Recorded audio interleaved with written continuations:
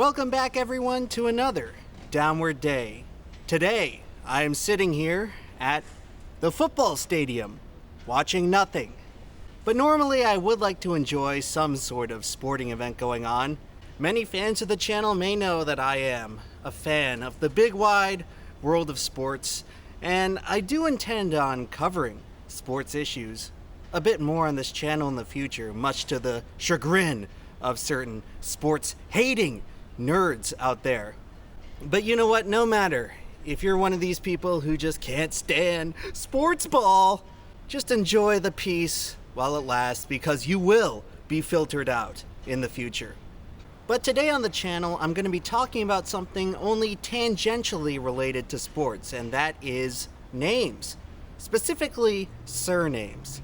It's pretty much impossible to watch any sporting event around the world without learning about the plethora of surnames that the world has to offer.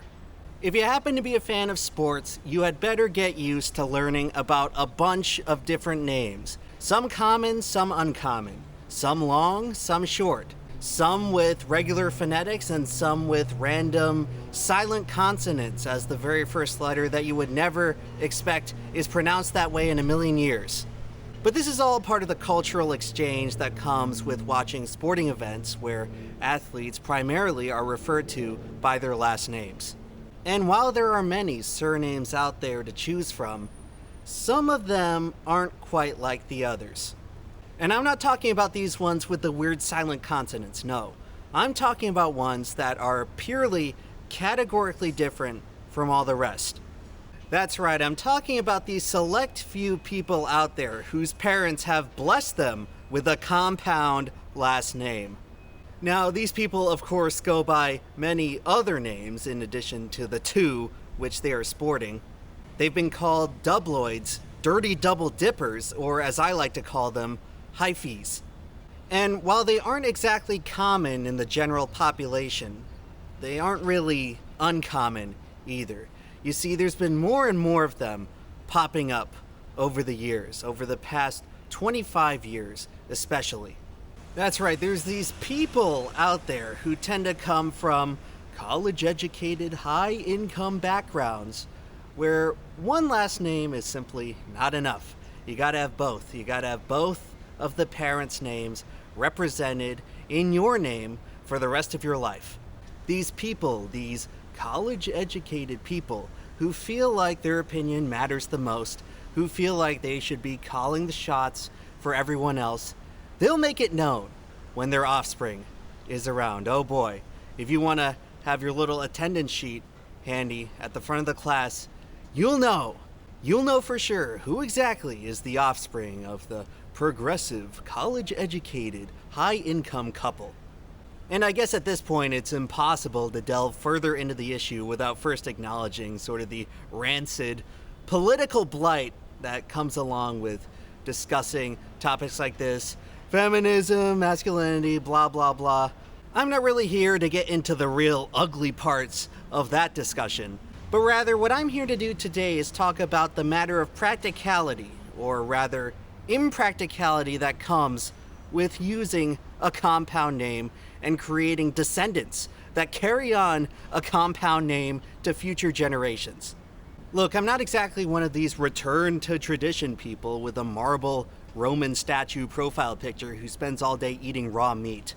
But I suppose I would describe myself as sort of an appreciator of generational wisdom, ideas and bodies of thinking that took generations to refine.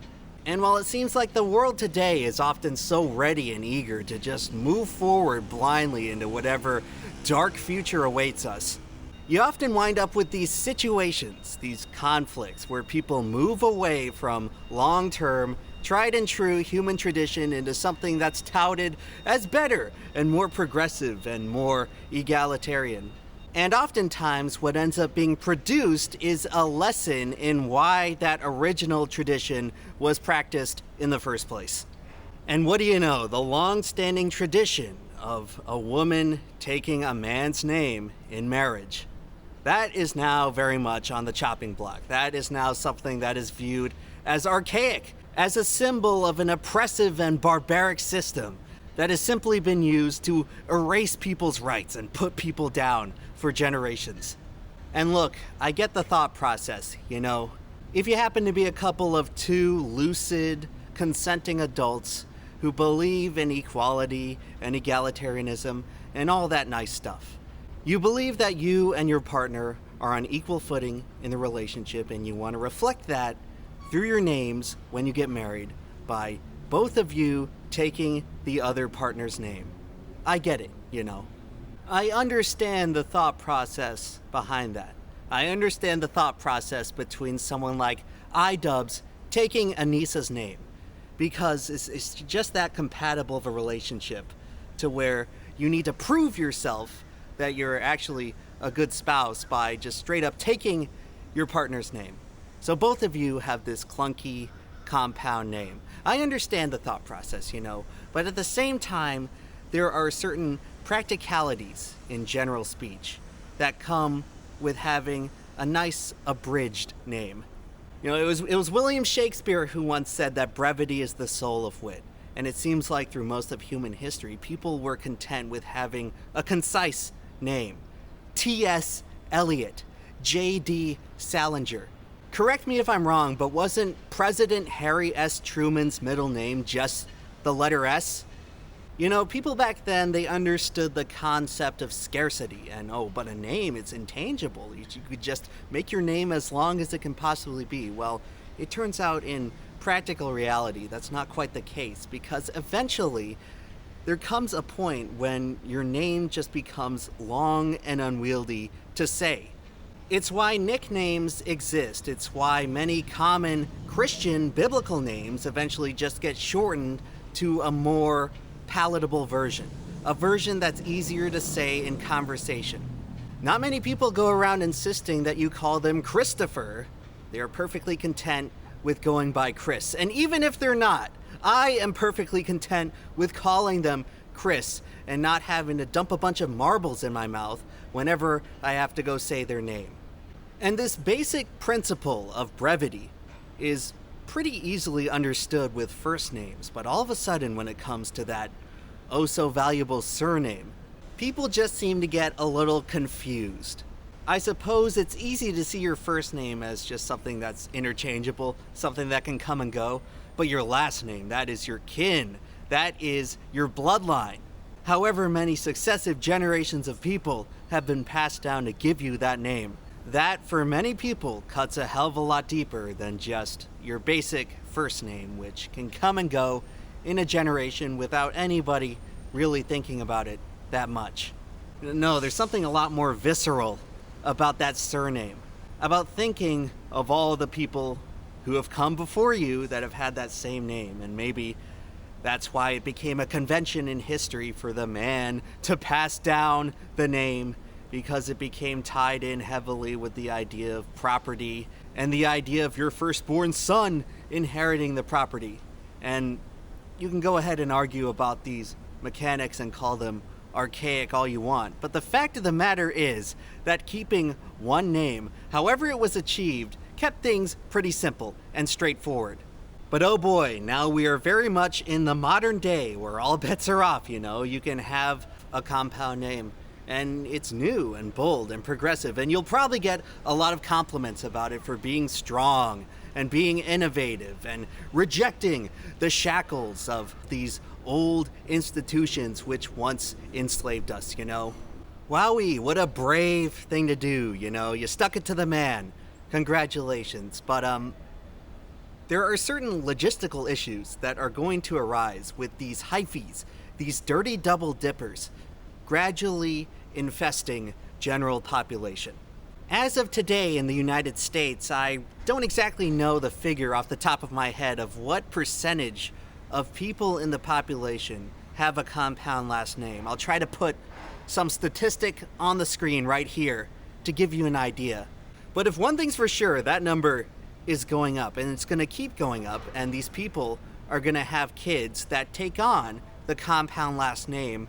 And what's going to happen eventually is this scenario where all of a sudden the cohort within the general population who have a compound last name it's going to reach a certain point, a certain inflection point, where all of a sudden, we're going to be opening Pandora's box, okay?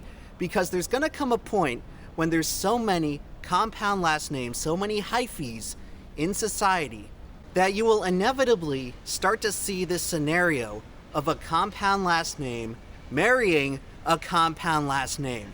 And at that point, something very interesting is going to happen. You see, these people are going to have been born and raised with this idea that no one is allowed to let their name slip off into the ether. No, every single name must be represented. Oh no, my parents had to draw a line in the sand to get here.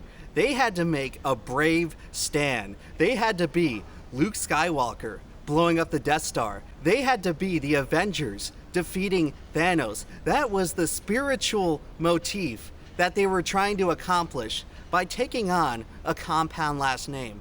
And now that I'm in a position where I'm marrying a spouse that also has a compound last name, I can't just let all that effort and bravery go to waste.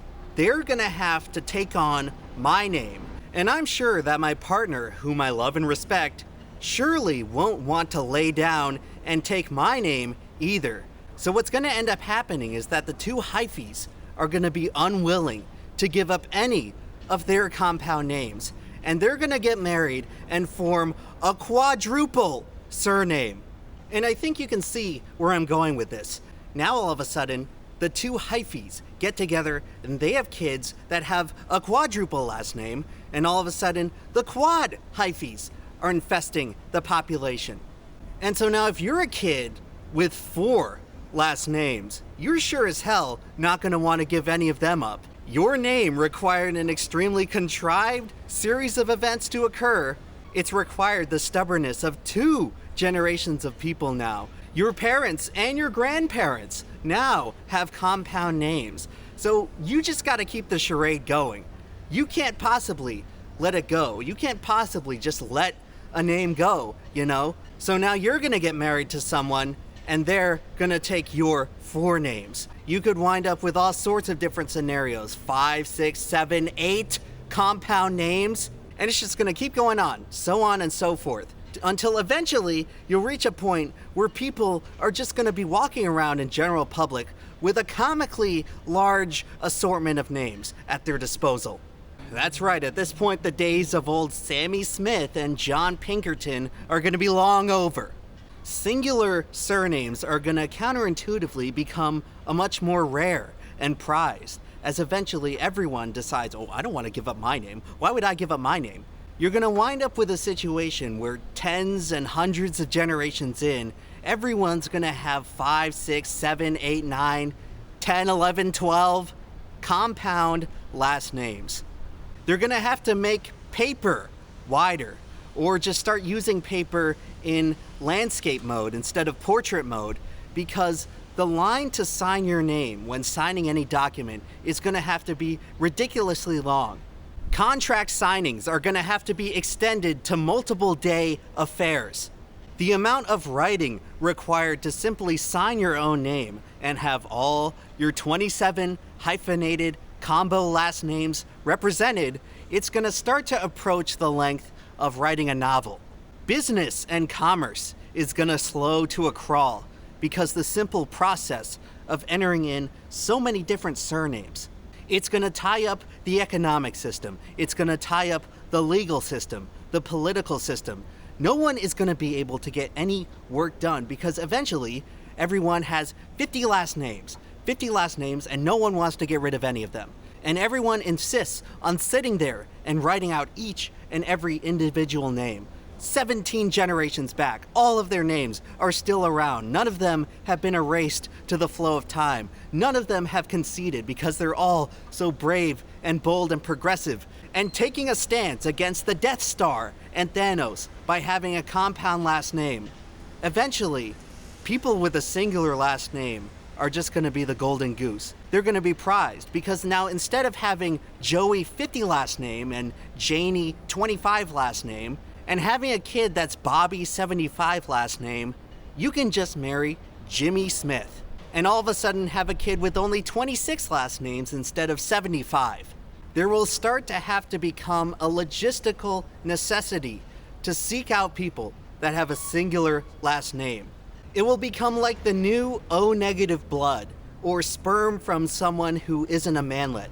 Having possibly even a single-digit number of surnames, that will become a new valued resource, and people will start to put that into their criteria of marrying someone. Society as we know it is going to be ground to a complete halt. It's going to be as if we were sent back to the Stone Age. The mechanics of speech as we know them are going to be completely rendered null and void. 95% of conversation is just going to be reciting the 50 or so surnames of your conversation partner. Because man, why go through the trouble of keeping all those names if you're just going to have them remain unsaid? No, along with the insistence of keeping spouse after spouse after spouse's name, generation after generation after generation of compound names, there is going to be a newfound insistence that those names are all spoken and written whenever possible. Pronouns, as we know them, will completely disappear. He, she, they, it will become a thing of the past. When it comes to addressing any proper name, there will be no more pronouns. You will be forced to recite a 50-word surname, along with whatever their first and middle name is, I guess. 52 words every time you address every individual person. Rudimentary activities such as roll call at school will become week-long affairs, and events such as graduation ceremonies, years and years and years of your life, sitting through all these different names being represented. But hey, at least a progressive stance was taken, and no one's name can be forgotten. Right here in the present. Sure, it may lead to a spiraling doomsday scenario where the future of civilization will just be completely inept because every single person will just be stuck saying names constantly, writing names constantly. Servers on the internet will run out of space because of the gargantuan amount of data required to store all these 100 compound names for every single individual user. This would pretty much be the end of human civilization. There will be no returning. No returning. Unless, of course, you could maybe go back to just a single name. You pick one. You pick one surname going forward. And all of your successive generations have one surname. Maybe that's how this horrendous doomsday scenario could be avoided. I'm sorry that would require you to be weak and not progressive and to bring shame to your bloodline. And maybe as an entitled man, it is easier for me to say because my name is not going to be erased either way when I get married. But man, it's going to be a tall order. People are getting more and more stubborn about these things. And eventually, at least within our lifetimes, this is going to actually happen. There will be several people walking around with the quad name, at least. I guarantee you that. Wait 30 or 40 years, 2 or 3 more generations, you'll start to see the quaddies running around. The hyphies, not enough to be a hyphy. All of a sudden, you're going to be a quaddie, walking around, hating your life every time the teacher on your future holographic Zoom call calls attendance. And who knows, maybe it'll be up to the quaddies. Maybe at that point they will start to see the absurdity in the situation that's unfolding, and they'll take a stand. They'll man up and maybe insist that either they or someone else with a quad name maybe takes a little bit of slack. Maybe let those ancestors go. Great-grandfather looking down from the great beyond. They'll forgive you, you know. Names aren't meant to last forever, I don't think. Maybe the quaddies will end up seeing the error that the hyphies have committed, and they will reverse course, and they will restore normality in the naming conventions of the future. One can only hope. Either that or they stick with the charade. Sunk cost fallacy, man. You've already got all those names. What's stopping you from continuing the tradition? Maybe that's the new tradition. Just tack on as many names as possible so that generation 100 from today, they wind up in an absurdly inexplicable situation. So next time you head out there in society and happen to encounter a hyphae in the wild, or maybe you just so happen to be a hyphae yourself, just know that you people out there are going to be potentially responsible for the end of civilization as we know it.